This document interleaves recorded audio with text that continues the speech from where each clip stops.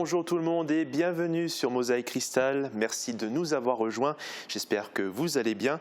Au programme aujourd'hui, nous parlerons du nombre important de particuliers qui se font installer une piscine. Nous ferons un tour du côté technologique avec la société Mosellan Tech 3D ou encore les voitures électriques. Nous aborderons aussi danse et culture et vous aurez droit aux APMI de la semaine ainsi que la nouvelle chronique vue sur le web. Mais avant de commencer, je vous laisse découvrir les infos en bref, dans notre flash info du jour. L'école de danse du foyer culturel de Beach attend de nouveaux élèves pour ses cours de hip-hop. Avec la crise sanitaire, les élèves sont moins nombreux cette année et il reste encore de la place chez les 8-10 ans. Les inscriptions sont ouvertes jusqu'à la fin janvier et les nouveaux élèves seront les bienvenus. Les piscines privées sont de plus en plus nombreuses en France et le Nord-Est n'est pas une exception puisqu'on y compte environ 350 000 piscines, qu'elles soient enterrées ou hors sol. Les chiffres sont en hausse cette année. Elles sont souvent plus petites mais mieux équipées que par le passé. La Bibliotheca Bipontina de Zweibrücken est une mine d'or pour les chercheurs et les étudiants qui s'y aventurent. Elle contient des ouvrages rares et toutes les précautions sont prises afin de préserver les précieux livres. Elle fait partie du centre des bibliothèques d'État. Son histoire est longue et mouvementée. Tech 3D est une société basée à Sarrebourg. Durant le confinement, elle a développé 2 nouveaux produits en collaboration avec l'Université de Lorraine. Un respirateur presque entièrement réalisé en impression 3D et un robot mobile de désinfection dont les lampes UV détruisent virus et bactéries. Les véhicules à motorisation thermique ont tendance à disparaître des catalogues. Avant de choisir entre l'électrique et l'hybride, il faudra penser à l'usage que l'on fera de son véhicule, mais également au fait qu'il faudra faire installer une borne de recharge chez soi. Le prix est important, mais il n'est pas le seul point à prendre en compte. Je ne peux pas, j'ai piscine. De plus en plus de Français peuvent donner cette excuse. La France est en effet le premier pays d'Europe en nombre de piscines installées chez des particuliers. Et la région ne fait pas exception. Exemple à Groß-Biederstorf dans ce reportage de Julia Bitran. Tous à l'eau, c'est le cri de ralliement de nombreux foyers. En France, il y a plus de 2,5 millions de piscines privées. Selon un rapport de la Fédération des professionnels de la piscine, le secteur nord-est comporte 14% des piscines du parc français. 54% sont des piscines enterrées, 44% sont hors sol. Au total, le Nord-Est compte environ 350 000 piscines privées.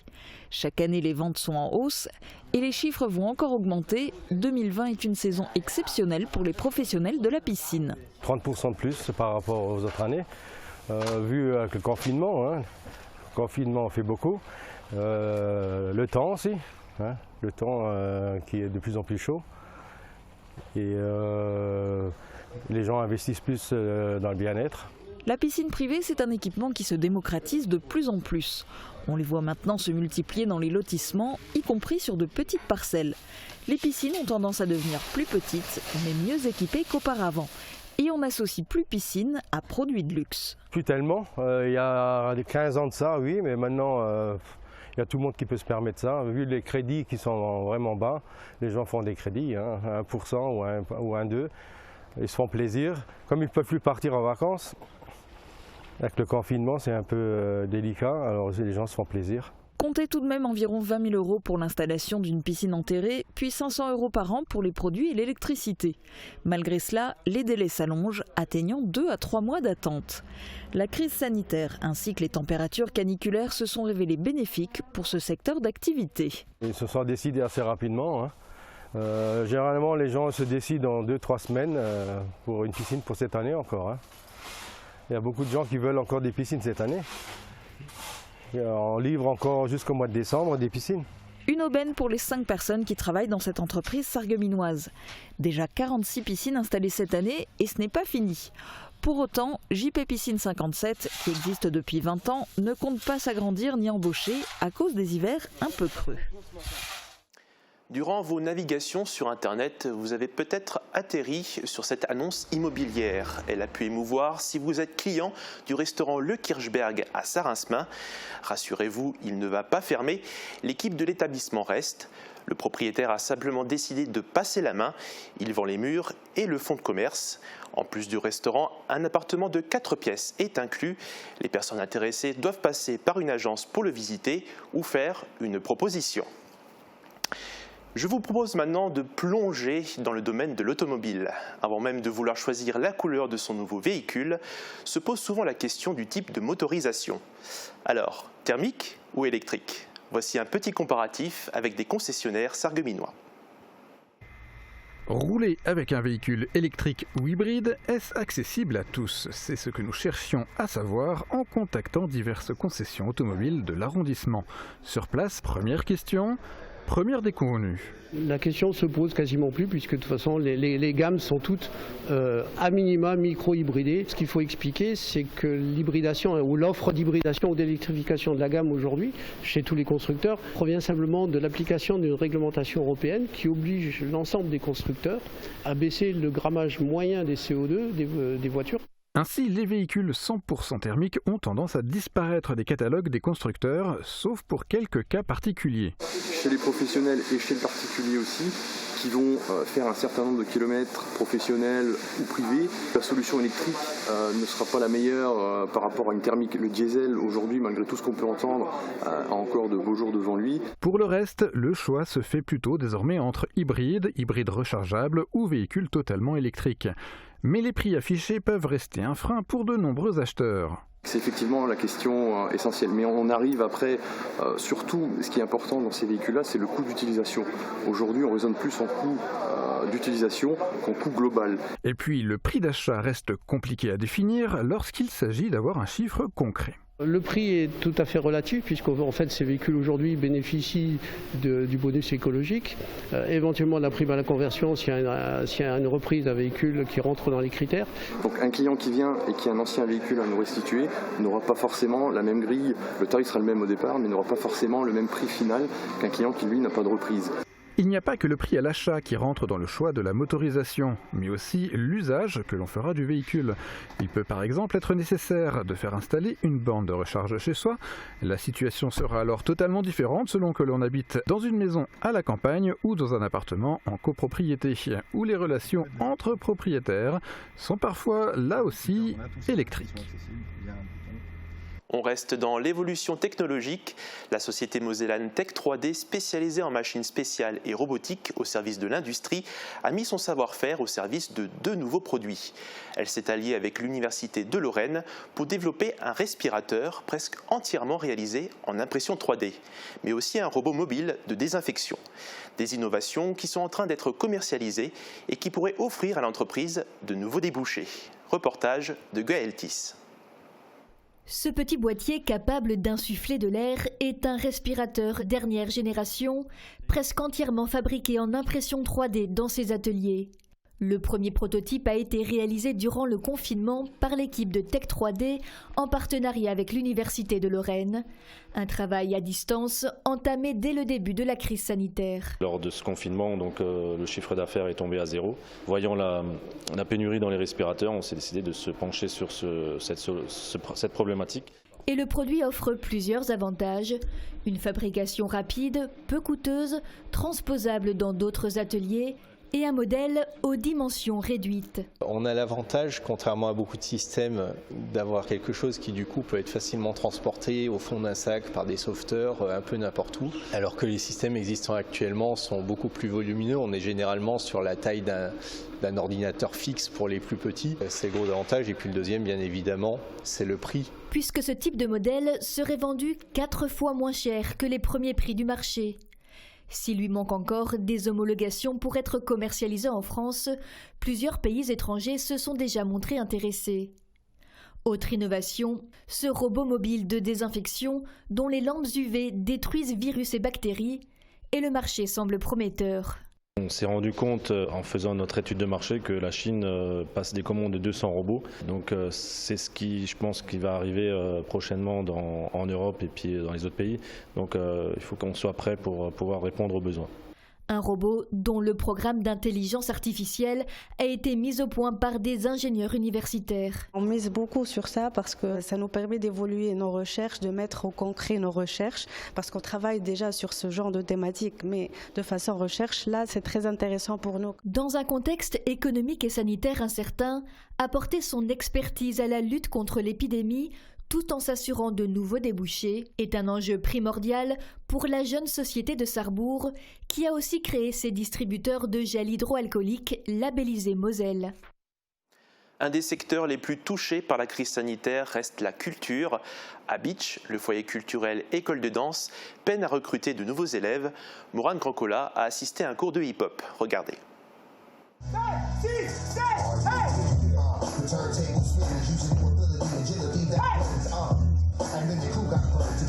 Le popping, la house, le new style ou encore le breakdance, voilà plusieurs styles de hip-hop. Au foyer culturel École de danse de Bitche, les cours ont repris en juin dernier, mais les élèves sont de moins en moins nombreux. En hip-hop, cette année, c'est vrai qu'on n'a pas trop d'inscriptions, de demandes. Les autres années, c'était là où on avait le plus. Alors, sur les 8-10 ans, on a encore de la place. C'est vrai que le professeur a changé, c'est Nourdine, mais Nourdine, on le connaît, ça fait 3 ans qu'il vient faire des stages pendant les vacances. Donc, il y a des anciens élèves qui peuvent tranquillement revenir, ils le connaissent, ils ont suivi des stages. Mais bien sûr, les nouveaux sont les bienvenus. Les inscriptions sont ouvertes faciles jusqu'à fin janvier. Donc, il ne faut pas hésiter à venir, même en cours d'année. Il sera toujours partant pour prendre des nouveaux. Les nouveaux élèves, l'école les attend avec impatience.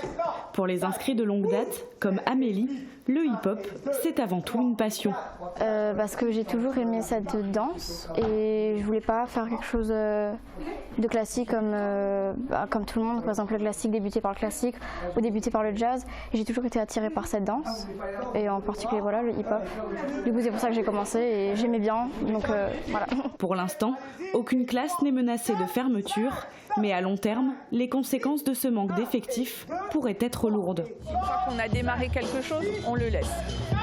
On va peut-être dispatcher des cours, peut-être que les 4 élèves-là vont rejoindre un autre niveau, mais on n'enlèvera rien, on gardera le tout. Mais la question est à se poser effectivement à long terme. On espère effectivement atteindre au moins les 100 élèves pour continuer. On est déjà dans quelques coupes budgétaires. Je ne vous cache pas qu'on a déjà enlevé la société qui venait nous faire le ménage entre personnes du comité. On se relaie pour vraiment tout faire pour qu'à chaque cours ce soit correct et que les élèves arrivent vraiment et soient pris en charge en bonnes conditions sanitaires. En attendant l'arrivée de nouvelles recrues, l'école donne son maximum dans l'apprentissage de ses élèves.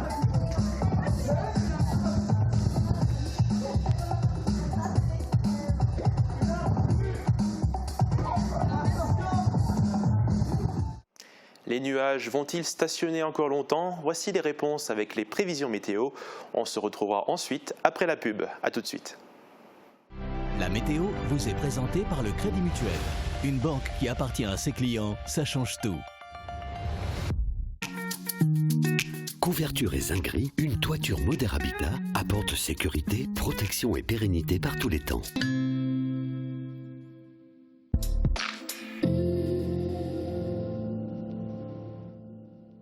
Bonjour tout le monde, aujourd'hui on ressort les kawaii et les parapluies et on cherche à se mettre à l'abri. Mais il y a certains loisirs qui continuent, même sous la pluie, comme la pêche. Dans les cours d'eau et pour certaines espèces de poissons, c'est déjà la fin de la période de pêche. Mais dans les étangs, la réglementation est différente. Le plus souvent, les pêcheurs peuvent venir toute l'année. Et oui, fini les parasols et les barbecues, place maintenant aux activités de l'automne. Et à la météo aussi, la fin de la semaine s'annonce pluvieuse avec des nuages toujours très présents.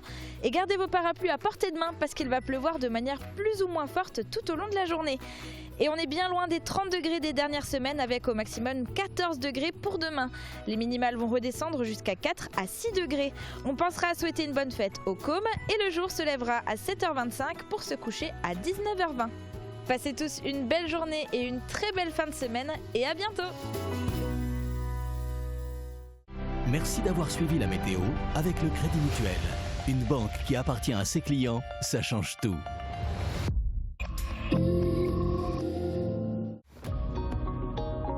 Quand je suis à distance de mon interlocuteur, j'ai du mal à l'entendre malgré mes appareils. Avec vos appareils, on peut coupler le mini-micro. C'est un système qui va vous permettre d'entendre votre interlocuteur à distance, que ce soit par exemple dans un cours de sport ou une conférence ou même lors d'une réunion. Le son passe dans le mini-micro et va directement à vos appareils auditifs.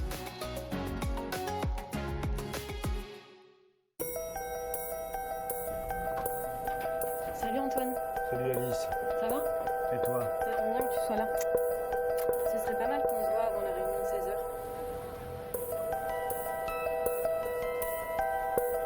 Ça va toi? Vas-y, bisous, je te laisse. Tiens, laisse-moi parler quand je t'écoute.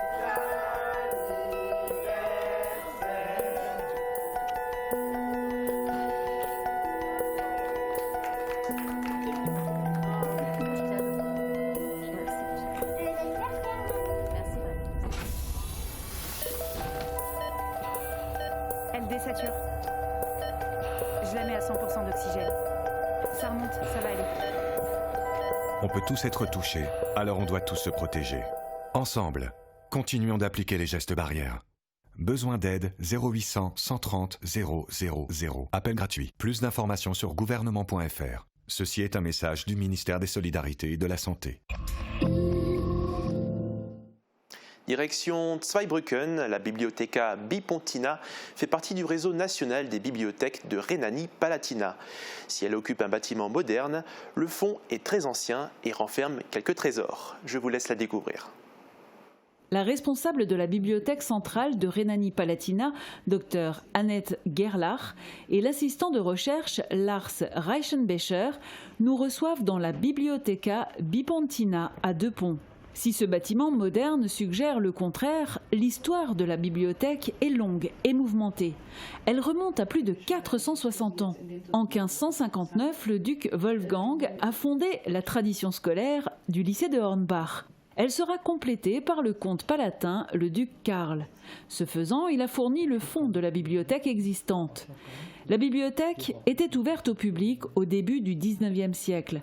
Le nom Bibliotheca Bipontina existe depuis 1952. Ces dernières années, l'accent a été mis sur la recherche et l'enseignement. Une coopération étroite avec les universités, comme celle de la Sarre, est avantageuse pour les deux parties. Des expositions régulières, interrompues uniquement à cause de la crise sanitaire, peuvent faire découvrir l'étendue des collections et susciter l'intérêt du public. Grundsätzlich haben wir im gesamten geisteswissenschaftlichen Bereich eigentlich alles Mögliche. Es gibt auch einen starken Rechtsbestand, Geschichte, natürlich auch Theologie. Mittelalterliche Handschriften gibt es nicht so sehr viele. Es gibt eine ganze Reihe von Gebrauchshandschriften auch, aber auch aus jüngerer Zeit, aber durchaus, also so das ein oder andere ist auch sehr interessant. Gerade die theologische Geschichte auch, die Kirchengeschichte, auch dieser Region ist am Bestand des 16. Jahrhunderts mit zahllosen Werken auch sehr spannend zu erforschen. Lars Reichenbecher nous montre quelques-uns des trésors de l'inventaire, comme le Schädelsche Weltchronik de 1493, qui présente la construction de la cathédrale de Cologne. Un autre bijou est une reliure qui montre l'électeur Ott Heinrich avec un insigne en or. Celui-ci date de 1557. Un autre point fort est une encyclopédie du naturaliste français Buffon qui contenait de belles illustrations d'animaux du XVIIIe siècle et a été imprimée à Deux-Ponts. Ces livres précieux nécessitent un traitement spécial. Ja, also der Umgang ist natürlich wichtig, dass man Handschuhe trägt, dass man sieht, dass man, wenn man die Bücher aufschlägt, dass sie gestützt werden von beiden Seiten, dass da also kein Bruch oder keine Schäden entstehen. Dann die Lagerung ist natürlich sehr wichtig, dass die Bücher in der Regel, sollten eigentlich gerade im Regal stehen. Bei großformatigen, wie bei der Schädelschen Weltchronik, ist das leider etwas schwierig umzusetzen. Die werden dann liegend aufbewahrt, aber das muss dann so immer gemacht werden, dass immer so ein bisschen Schutz darüber liegt, wenn ein anderes Buch zum Beispiel da oben drauf kommt, dass also sich keine Schäden am Einband oder so etwas entwickeln. Ja, die Temperatur ist natürlich auch sehr wichtig. Das muss regelmäßig immer kontrolliert werden, dass die Luftfeuchtigkeit in die Temperatur stimmt und damit eben sich kein Schimmel bilden kann. La Biblioteca Bipontina évolue également avec le temps. L'utilisation des médias analogiques diminue, les offres numériques se multiplient. Le prêt en ligne existe en Rhénanie-Palatinat depuis 10 ans et le nombre de prêts augmente chaque année. Certaines collections historiques ne peuvent plus voyager. Elles sont progressivement numérisées dans la base de données d'Ilibri. Mais tous les chercheurs ne peuvent pas travailler en ligne. Certains doivent utiliser l'original et venir à la bibliothèque pour cela. Enfin, une exposition sur les roses dans la littérature qui a dû être reportée est prévue pour l'année prochaine. Si vous avez raté les grandes actualités de cette semaine, rassurez-vous, le ZAPMI est là pour une piqûre de rappel. On revient sur le chantier du Lidl à Rohrbach, la nouvelle maison de santé à Houndelin ou encore l'inquiétude des propriétaires de chevaux face à la vague de mutilation.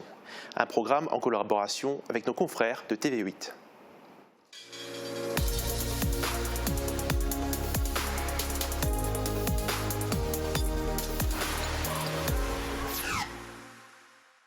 Le chantier du nouveau magasin Lidl de Rohrbach-les-Bitches avance. L'ouverture est prévue pour le 9 décembre prochain dans la nouvelle zone commerciale à l'entrée de la ville. L'enseigne, qui est présente dans la commune depuis 19 ans, a investi 4,5 millions d'euros dans ce projet. Le conservatoire de Sarreguemines propose de nombreux enseignements à ses élèves. L'un d'entre eux s'exerce dans une salle de classe plutôt surprenante. Il s'agit de l'église Saint-Nicolas où les futurs organistes viennent s'entraîner à la vue de tous avec leurs professeurs. Les Journées du patrimoine offrent des possibilités de découvrir des lieux emblématiques habituellement fermés au public. Le château de Frauenberg ou encore le pavillon de Geiger à Sarreguemines font partie de ces lieux visibles toute l'année mais qui restent difficiles d'accès. L'équipe de Philipsbourg, club de division 3, est arrivée au 3e tour de la Coupe de France de football. Elle a reçu Boulay, qui évolue en Régional 1, ce dimanche après-midi. Le résultat est sans appel, 8-0 pour Boulay, qui a par ailleurs fait un beau cadeau à l'équipe adverse puisqu'elle a offert les maillots aux joueurs. 9 professionnels sont installés dans la maison de santé pluridisciplinaire qui vient d'ouvrir à Houndelin. Plus d'1 an de travaux a été nécessaire pour réaliser cette nouvelle structure médicale qui offre une belle opportunité aux praticiens et à la population locale. Les propriétaires de chevaux sont inquiets face à la vague de mutilation qui sévit dans toute la France depuis plusieurs mois. Des mesures de sécurité sont mises en place un peu partout et la gendarmerie veille. Un numéro vert a été mis en place pour toutes les questions, le 0800 73 89 08. La lieutenant Estelle Schwartz devient la chef de l'unité opérationnelle des étangs qui regroupe les sapeurs-pompiers de Saint-Jean-Rohrbach et Ilsprich. Il s'agit de la seule femme commandante sur l'arrondissement. Elle succède à Pierre Schwartz. En tant que responsable des jeunes sapeurs-pompiers, elle met un point d'honneur à renforcer cette section. La 5e édition des lauriers des collectivités locales de Moselle s'est déroulée ce mardi soir à Montigny-les-Metz. La communauté d'agglomération de Sarreguemines-Confluence a remporté les lauriers de l'innovation pour la médecine nucléaire à l'hôpital Robert Pax de Sarreguemines. Le conseil syndical du SIDEM s'est réuni ce mercredi soir pour sa séance d'installation. Roland Roth a été réélu au poste de président avec 39 voix. À ses côtés, il y aura 2 vice-présidents, Pierre Lang, vice-président sortant, et Philippe Schütz, premier adjoint de Boulay. Les partis de gauche étaient rassemblés devant le site de Smart ce mercredi après-midi. Ils ont signé une déclaration unitaire et ont donné une réponse collective sur la situation actuelle de la vente de Smart. Ils souhaitent l'intervention de l'État dans ce projet. Souriante, d'une grande douceur, Diane Févet, de toute sa beauté et de son élégance, n'a pas déçu ses admirateurs et admiratrices. La plupart des jeunes filles présentes suivent avec attention le regard et les gestes de la Miss. Leur autographe en poche, Laurine et Jade repartent avec des étoiles plein les yeux. 2000 à 2500, c'est le nombre de wagons recyclés en une année par la société Hermeva, leader européen des services de location et gestion de wagons de marchandises. Considérée obsolète après 40 à 50 années d'utilisation ferroviaire, une flotte de wagons est recyclée dans sa quasi-totalité par ses partenaires, notamment ses parties dites stériles, comme son plancher en bois, transformé en mobilier urbain ou d'entreprise. Alors que le pont vit ses derniers jours, le chantier de Rosellement n'est pas terminé pour autant. Il devra durer 4 mois, sauf complications. Piliers dégradés, structures qui s'effritent. Le montant des travaux pour une démolition-reconstruction a été évalué à 550 000 €, dont une partie ira à Xardel Démolition. À Schöneck, au premier jour de la fermeture de la frontière vers Gersweiler, peu d'automobilistes semblent au courant. Tandis que certains finissent par faire demi-tour, d'autres choisissent d'y aller quand même. Cette coupure concerne la circulation motorisée pour les habitants de Schöneck. Il reste toujours la possibilité de se déplacer à pied ou à vélo, notamment pour fréquenter les commerces de la frontière, un bureau de tabac et 2 restaurants. Depuis l'année dernière, l'association Aide de Metz réalise des actions de visibilité dans les quartiers prioritaires de l'agglomération de Forbach. Après le Wiesberg, le bus a pris place dans la cité de Bérennes pour une après-midi information, prévention et dépistage. Avec l'appui de la communauté d'agglomération de Forbach et d'une infirmière du Cégide, une dizaine de passants est venue se faire dépister. Le restaurant d'application accueille ce matin la finale du combat des chefs. C'est l'aboutissement après 1 an de projet. Une des élèves, Lola, est sortie vainqueur des affrontements contre ses camarades de Terminal Cuisine. Et en finale, son défi consiste à affronter le boss, Patrick Thiebaud, chef des travaux. Après une année d'école particulière due au Covid, cet événement tombe plus que jamais à point nommé pour promouvoir les activités physiques des structures scolaires auprès des élèves. Au collège Untersteller de Stirin-Wendel, les professeurs d'EPS ont choisi de marquer le coup en proposant aux 5e une journée Koh-Lanta, soit un parcours de 7 ateliers sportifs, un format qui a beaucoup plu à l'Union nationale du sport scolaire. Il fallait montrer patte blanche ce dimanche à l'entrée de la fête aux couleurs automnales. Prise de température et port du masque, les visiteurs n'ont pas rechigné et ont parfaitement joué le jeu. Ce qui prime, c'est de se retrouver à l'extérieur, en plein air et redécouvrir la traditionnelle braderie, mais également découvrir les dernières tendances artisanales. Les 44 350 modules du parc photovoltaïque produiront de l'énergie propre pour l'équivalent de la consommation électrique annuelle de plus de 2600 personnes, soit plus de 10% de celle des habitants des secteurs concernés. Débutée en décembre 2019 et retardée en raison de la crise sanitaire, la centrale photovoltaïque sera inaugurée en grande pompe ce vendredi en présence des maires de Forbach et Petite-Rosselle ainsi que du député Christophe Arendt.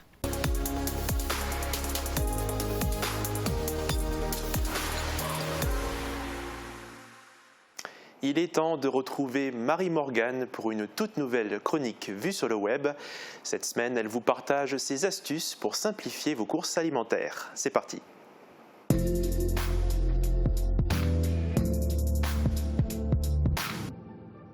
Rangez vos post-it et vos petits carnets. Pour faire vos courses, vous aurez juste besoin de votre smartphone. La première appli que je voulais vous présenter, c'est Listonic. Elle permet de créer et de partager vos listes de courses et d'y faire des modifications. Et vous pourrez par exemple y ajouter les prix d'achat pour maîtriser votre budget. On veut toujours faire des économies, pour cela vous pouvez télécharger l'application Pricing. En scannant le code barre d'un produit, vous aurez les différents prix qui s'affichent dans les magasins autour de chez vous et il ne vous restera plus qu'à faire votre choix. Encore faut-il savoir quels produits acheter, lesquels sont bons pour notre santé. Pour cela, vous pouvez télécharger l'application qui est déjà très connue, Yuka. Elle permet de scanner des produits au supermarché pour savoir ce qu'ils contiennent. Combien de calories, quelle quantité de sucre, vous aurez plein d'informations. Les produits ont aussi une note sur 100, elle est basée sur la qualité nutritionnelle, les additifs et la dimension biologique. Dans le même genre, il y a BuyerNote, elle permet de comparer aussi des produits et de trouver des alternatives. Et là aussi, il suffit de scanner les différents produits. Acheter des produits de saison, c'est aussi super important, mais ce n'est pas toujours évident de se souvenir quelle période correspond à quel produit. Et bien ça tombe bien, des applications existent aussi pour vous aider. Notamment fruits et légumes de saison, désormais vous ne pourrez plus vous tromper. Devant les étalages de votre supermarché, vous n'aurez plus qu'à sortir votre smartphone. Et enfin, la dernière application que je voulais vous montrer, c'est Too Good To Go. Elle va permettre d'éviter le gaspillage alimentaire. Vous entrez le nom de votre commune et vous aurez accès à différents supermarchés ou boulangeries par exemple qui participent à cette opération. Vous pourrez acheter à tout petit prix un panier rempli de produits invendus. Dans le secteur, plusieurs enseignes proposent ce service, donc n'hésitez pas à vous connecter. Voilà, j'espère que ces quelques conseils vous aideront pour vos futurs achats. Et moi, je vous retrouve la semaine prochaine pour une nouvelle chronique. L'info continue en non-stop sur Mosaïque Cristal. Vous pouvez aussi revoir cette émission et les sujets sur notre site internet www.mosaïque-cristal.tv ou sur notre page Facebook. Passez un bon week-end, prenez soin de vous.